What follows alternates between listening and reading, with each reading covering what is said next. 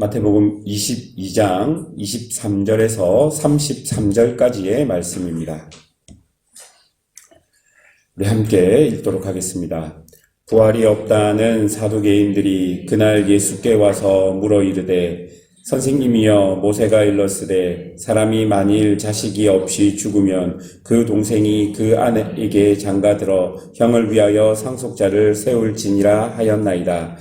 우리 중에 7형제가 있었는데 마디가 장가 들었다가 죽어 상속자가 없으므로 그 아내를 그 동생에게 물려주고 그 둘째와 셋째로 7째까지 그렇게 하다가 최후에 그 여자도 죽었나이다. 그런즉 그들이 다 그를 취하였으니 부활 때에 7 중에 누구의 아내가 되리이까? 예수께서 대답하여 이르시되 너희가 성경도 하나님의 능력도 알지 못하는 고로 오해하였도다. 부활 때는 장가도 아니가고 시집도 아니가고 하늘에 있는 천사들과 같으니라.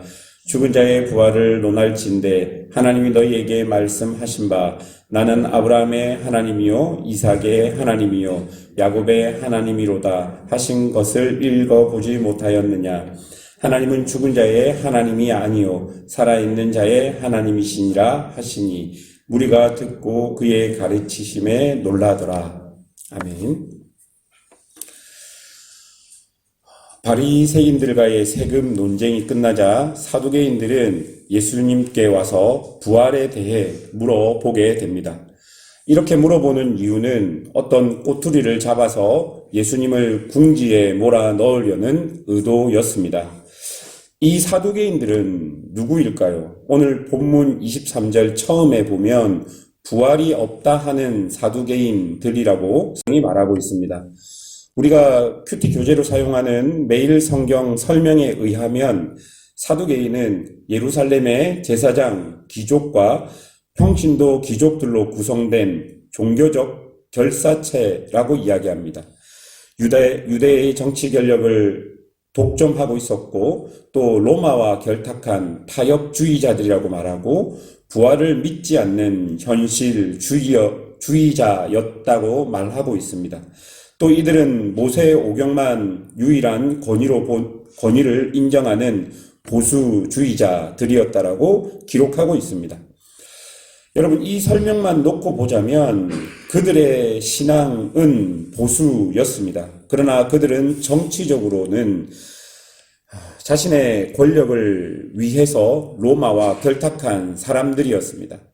여러분, 어떻게 보수적 유대 신앙을 가진 자들이 정치적으로는 로마 세력과 결탁할 수 있겠습니까?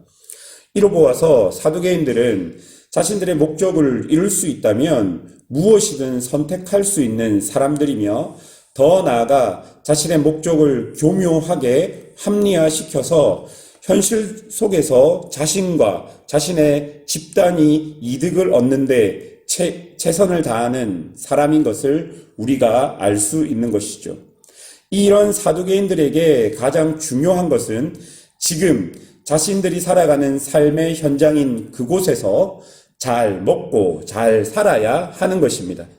철저하게 현실에 근거하여서 현실 속에서 어떤 방법을 취해서라도 종교적이든 정치적이든 간에 자신의 목적을 이루는 것에 최우선으로 생각하는 사람들이 바로 사두개인이라는 사람들이었습니다. 그러니까 이런 사람들에게는 마땅히 부활이 있으면 안 되는 것이죠.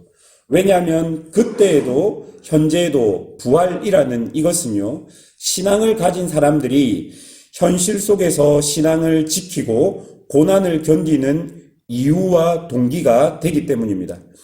그러니 부활이 있다고 믿는다는 것 자체가 사두개인들의 타협과 현실주의와는 정반대의 입장이 되는 것입니다. 바울은 말합니다. 고린도전서 15장 17절에서 19절을 보면 그리스도께서 다시 살아나신 일이 없으면 너희의 믿음도 헛되고 너희가 여전히 죄 가운데 있을 것이요 또한 그리스도 안에서 잠자는 자도 망하였으리니 만일 그리스도 안에서 우리가 바라는 것이 다만 이 세상의 삶뿐이면 모든 사람 가운데 우리가 더욱 불쌍한 자이니라 라고 이야기합니다. 이 바울의 논증을 보십시오. 부활이 없으면 구원도 없고 그럼 많은 구약의 믿음의 사람들의 죽음도 헛된 것이 되어버립니다. 사두개인들이 그토록 존경하는 모세 역시 부활이 없다면 그냥 길에서 객사한 사람이 되고 마는 것입니다. 우리는 현실 속에서 타협하기 위해 살아가는 사람들이 아니라 현실 속에서 한 명의 그리스도인으로 나를 향한 하나님의 뜻을 내가 있는 이 현실, 바로 이곳, 지금 나를 통해 나타내기 위해 살아가는 사람들입니다. 그런데 이렇게 살면 환난과 가난과 고난과 핍박이 올 수밖에 없습니다. 하지만 그럼에도 불구하고 우리가 용기를 가지고 그렇게 살아갈 수 있는 이유는 바로 부활이 있기 때문인 것이죠. 어쨌든 사두개인들은 모세의 법을 가지고 와서 예수님을 공격하게 됩니다.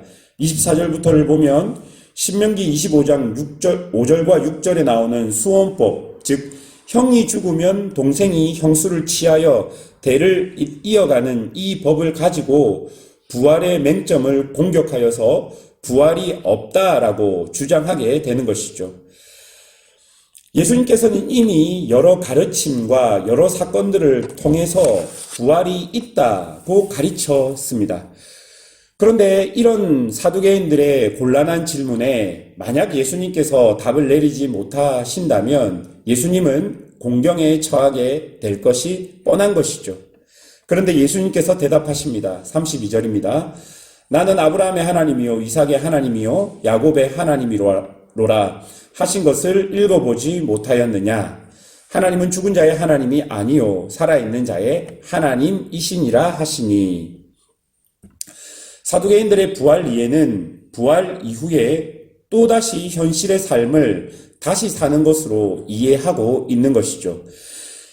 이것은 그들의 생각이 그들의 틀 안에만 있다는 것을 보여주고 있는 것입니다.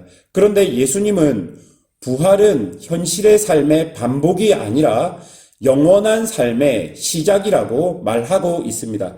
그래서 아브람과 이삭과 야곱의 하나님이라는 출애굽기 3장 6절의 말씀을 인용하여서 아브람과 이삭과 야곱은 죽었지만 여전히 영원한 나라에 살아있는 그들의 이름을 함께 하시는 하나님의 이름을 통해 부활의 실체를 우리에게 보여주고 있는 것입니다.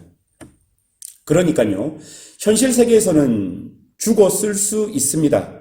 그러나 영생을 가진 자들은 죽음 너머에서도 여전히 그리스도와 연합하여 그리스도께서 이루실 완전한 하나님의 나라, 즉 몸의 부활을 기다리며 하나님과 함께 영원토록 있다는 것을 이 아브람과 이삭과 야곱의 하나님이라는 이 구절을 통해서 예수님은 부활의 실체를 그들에게 보여주고 있다는 것입니다. 부활에 대한 이해가 완전히 다른 것이죠. 현실의 삶의 반복이 아니라 영원한 삶의 시작이라고 예수님은 부활을 정의내려 주시는 것입니다.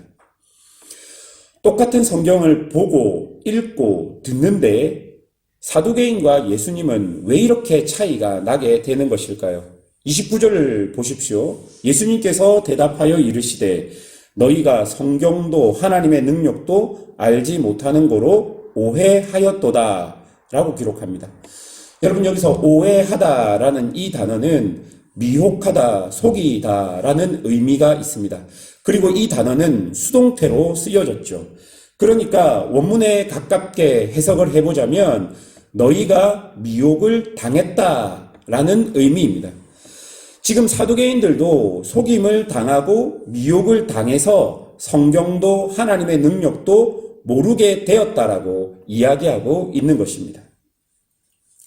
사랑하는 여러분, 오늘 본문을 통해 우리가 생각해야 될 것들이 있습니다. 먼저는 부활이 있다는 것입니다.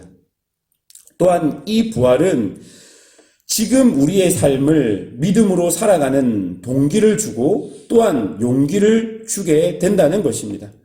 모든 인류가 가장 극복할 수 없는 문제는 죽음의 문제입니다. 그러나 우리가 믿는 신앙은 이미 부활로 이 죽음을 이기신 예수님을 믿고 있는 것입니다. 그리고 여전히 이 부활은 우리에게도 적용되어 있다는 것을 우리가 믿어야 하는 것이죠. 그래서 이 삶을, 우리에게 주어진 이 현실의 삶을 살 때 어렵고 힘들고 괴롭고 슬픈 일이 있다 할지라도 이 부활의 삶을 믿으며 용기 내어서 살아가야 한다는 것이 오늘 본문이 주는 첫 번째 교훈일 것입니다.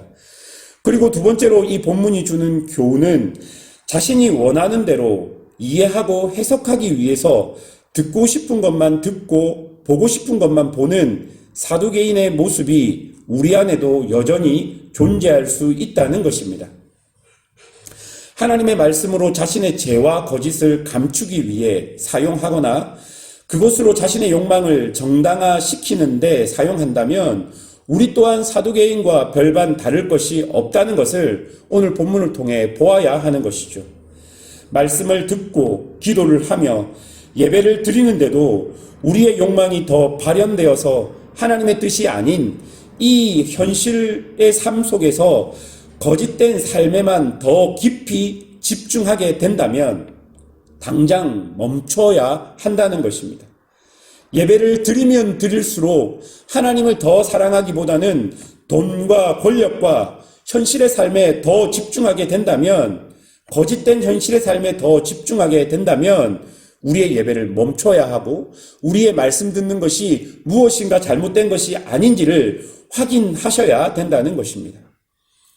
하나님의 말씀이 하나님의 말씀으로 들리는 은혜, 올바르게 해석되어서 올바르게 적용되는 그 은혜, 그래서 우리의 삶에 살아 운동하는 말씀이 역사하는 그 간증이 우리 삶 속에 나타나야 하는 것입니다. 오늘 이 말씀을 보고 우리의 모습을 한번 돌아봅시다. 정말 내 삶에 부활이 어느 정도의 영향을 미치고 있는지, 또한 내 삶에 하나님의 말씀이 정말 하나님의 말씀으로 제대로 해석되어 들리고 있는지 우리의 모습을 돌아보며 오늘도 하나님 앞에서 은혜 받는 성도들이 되시기를 주님의 이름으로 축원합니다. 함께 기도하겠습니다.